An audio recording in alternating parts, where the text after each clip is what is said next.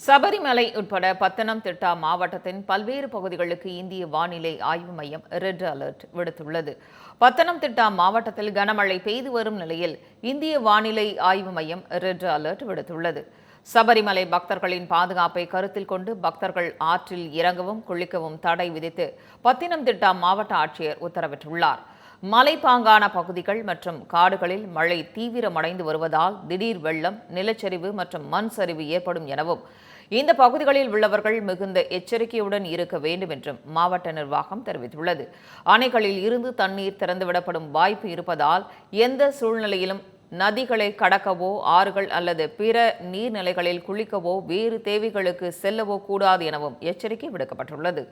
அசாதாரண சூழ்நிலையை எதிர்கொள்ள தேசிய பேரிடர் மீட்புப் படையானது பம்பையிலும் சன்னிதானத்திலும் முகாமிட்டுள்ளது. பெஞ்சல் புயலால் பாதிக்கப்பட்ட விழுப்புரம், கடலூர் மாவட்டங்களுக்கு மத்திய அரசு நிதி ஒதுக்க வேண்டும் என முதலமைச்சர் ஸ்டாலின் கோரிக்கை விடுத்துள்ளார்.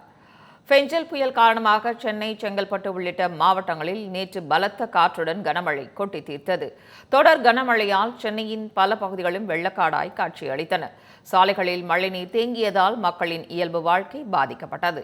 மேலும் வாகன ஓட்டிகள் கடும் சிரமத்திற்கு உள்ளாகினர். இந்த நிலையில் சென்னை கொளத்தூர் தொகுதியில் கனமழை பாதிப்புகள் குறித்தும் நிவாரணப் பணிகள் தொடர்பாகவும் முதலமைச்சர் ஸ்டாலின் ஆய்வு மேற்கொண்டார். மேலும் பாதிக்கப்பட்ட பகுதிகளில் உள்ள பொதுமக்களை சந்தித்து அவர் குறைகளை கேட்டறிந்தார்.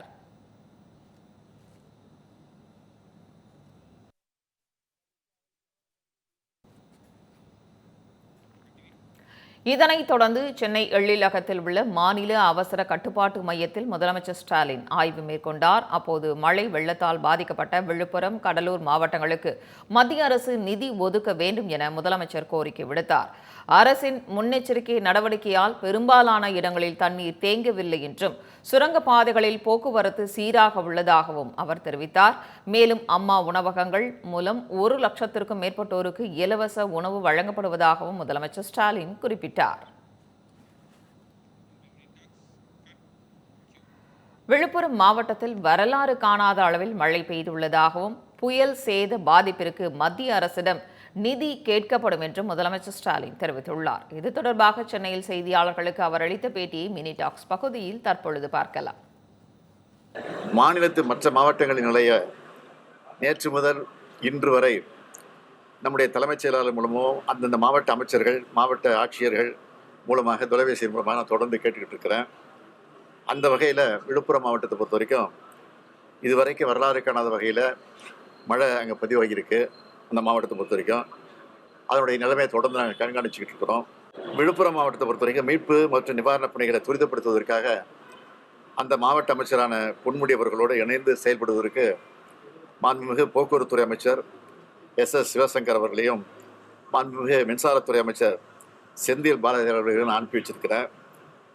அதே போல் அமைச்சர்கள் எம்.ஆர்.கே. பன்னீர்செல்வம் மற்றும் கணேசன் அவர்களும் கடலூர் மாவட்டத்தில் மீட்பு மற்றும் நிவாரணப் பணிகளை அங்கே ஈடுபட்டு அந்த பணிகளை அவங்க செஞ்சுக்கிட்டு இருக்கிறாங்க.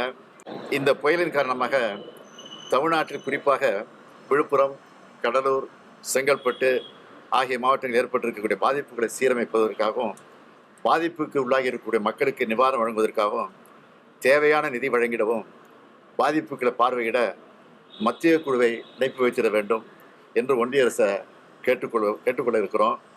அதே மாதிரி பயிர் சேதத்தை பொறுத்த வரைக்கும் மழைநீர் வடிந்தவுடன் முறையாக கணக்கெடுப்பு நடத்தணும். இதெல்லாம் அந்த இழப்பீட்டு கூட எப்படி வழங்குறதுங்கிறத அப்போ தான் முடிவு பண்ண முடியும்.